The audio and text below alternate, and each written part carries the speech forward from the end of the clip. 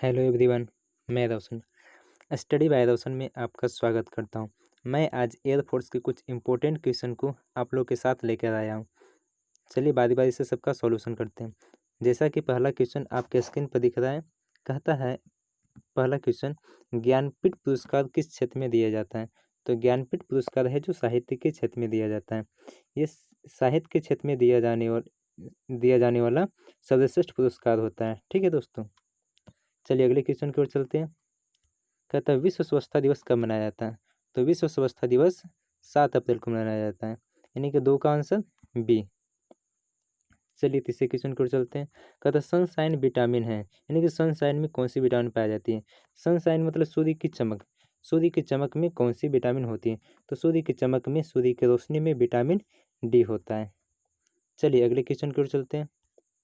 कहता है छिली हुई सब्जी को धोने से कौन सा विटामिन निकल जाता है। तो छिली हुई सब्जी को धोने से विटामिन सी निकल जाता है। तो छिली हुई सब्जी को धोने से विटामिन सी निकल जाता है। और विटामिन सी का रासायनिक नाम होता है, क्या होता है, एस्कॉर्बिक एसिड होता है। विटामिन ए का रासायनिक नाम क्या होता है, रेटिनॉल होता है। विटामिन डी का रासायनिक नाम क्या होता है, कैल्सिफेरॉल होता है। और विटामिन ए का रासायनिक नाम क्या होता है, टोकोफेरॉल होता है। चलिए अगले क्वेश्चन की ओर चलते हैं। कहता है केचुए में कितनी आँखें होती हैं। तो केचुआ की कितनी आँखें होती हैं। तो केचुआ में कोई भी आँखें नहीं होती है, यानी कि इसका आंसर हो जाएगा डी। चलिए अगले क्वेश्चन की ओर चलते हैं। कहता है भारतीय संविधान के किस भाग में मूल कर्तव्य का वर्णन किया गया है। तो भारतीय संविधान के भाग 4 में मूल कर्तव्यों का वर्णन किया गया है।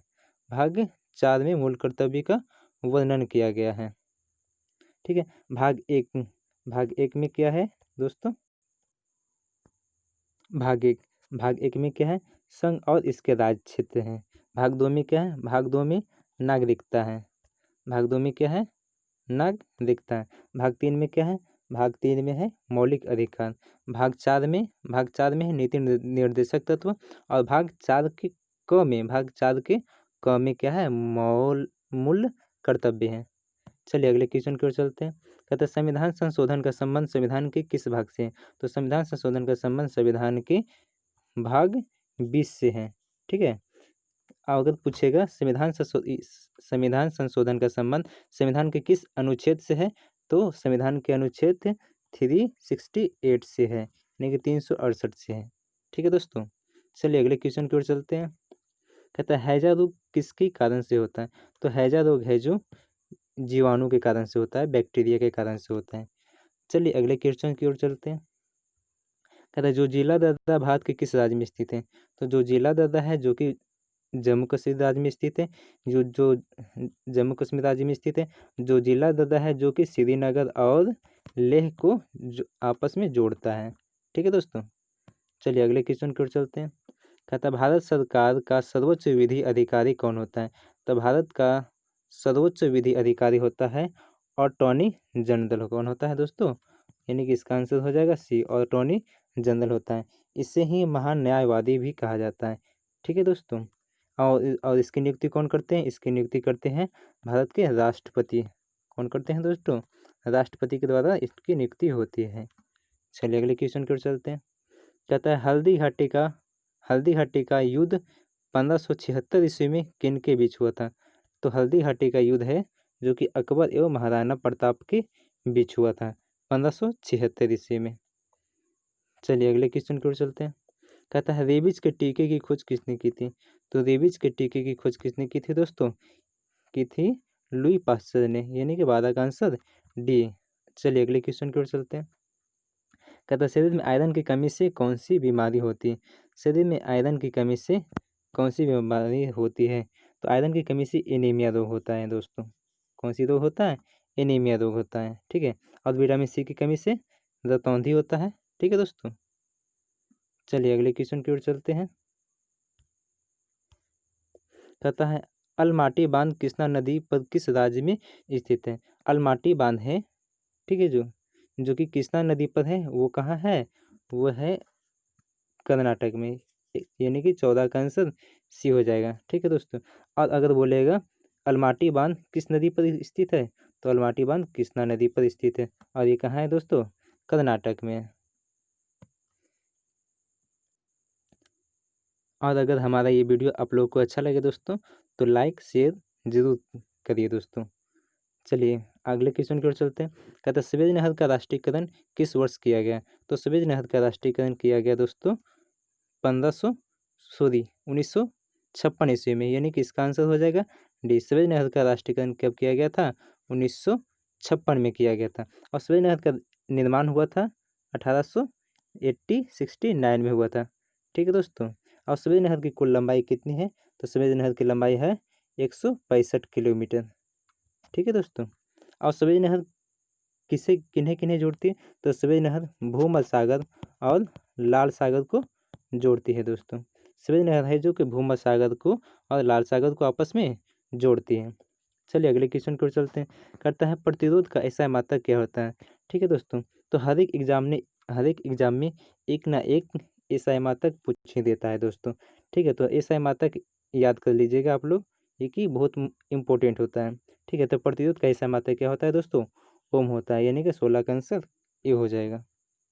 चलिए अगले क्वेश्चन की ओर बढ़ते हैं। कहता है मायोपिया का अर्थ क्या है? तो मायोपिया का अर्थ होता है दोस्तों निकट दृष्टि। क्या होता है? निकट दृष्टि दोष। ठीक है।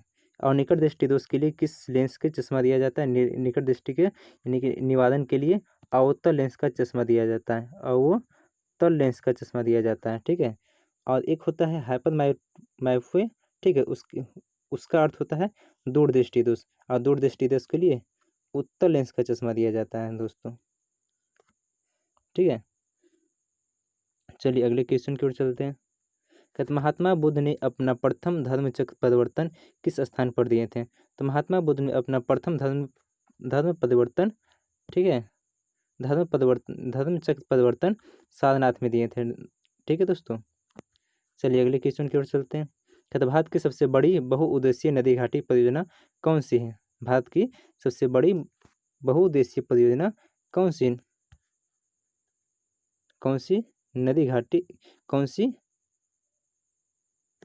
एक मिनट दोस्तों, कौन सी है दोस्तों? तो है भाखड़ा नालक परियोजना। कौन सी है दोस्तों? भाखड़ा नालंग परियोजना है। भाखड़ा नालंग परियोजना है। ठीक है दोस्तों। और ये सतलज नदी पर स्थित है। कौन सी नदी पर स्थित है दोस्तों? सतलज नदी पर स्थित है। और ये कहाँ है? हिमाचल प्रदेश में है दोस्तों। ठीक है। चलिए अगले क्वेश्चन की ओर चलते हैं। कहता है गोकक जलप्रपात किस जिले में है? तो गोकक जलप्रपात है जो कि दोस्तों वो बेलगांव में स्थित है दोस्तों। बेलगांव जिले में स्थित है। और ये कहाँ पड़ता है? ये पड़ता है कर्नाटक में पड़ता है। कहाँ पड़ता है दोस्तों? कर्नाटक में पड़ता है।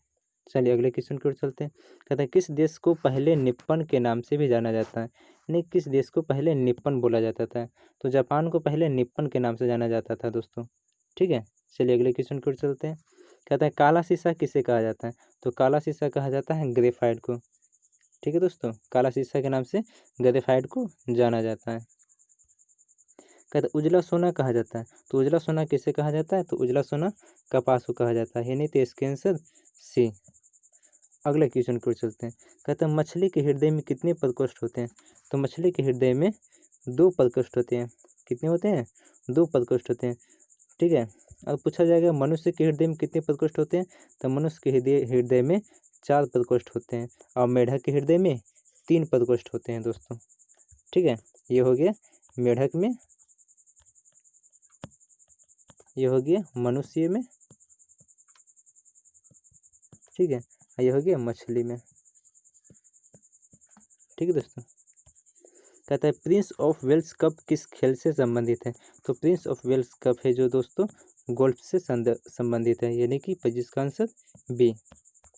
कहता है भारत की सबसे बड़ी कृत्रिम झील कौन सी है? नहीं, भारत की सबसे बड़ी कृत्रिम झील है गोविंद बल्लभ पंत सागर, जो कि यूपी में स्थित है, उत्तर प्रदेश में। चलिए अगले क्वेश्चन की ओर चलते हैं। इंडिका किसकी रचना है? तो इंडिका है जो दोस्तों जो मेगास्थनीज की रचना है। मेगास्थनीज की रचना है। इंडिका किसकी पुस्तक है? मेगास्थनीज की। चलिए अगले क्वेश्चन की ओर चलते हैं। कहता है लाख बक्स किसे कहा जाता है, कहा जाता था? तो लाख बक्स है जो कि कुतुबुद्दीन ऐबक को कहा जाता था। ठीक है दोस्तों। चलिए अगले क्वेश्चन की ओर चलते हैं।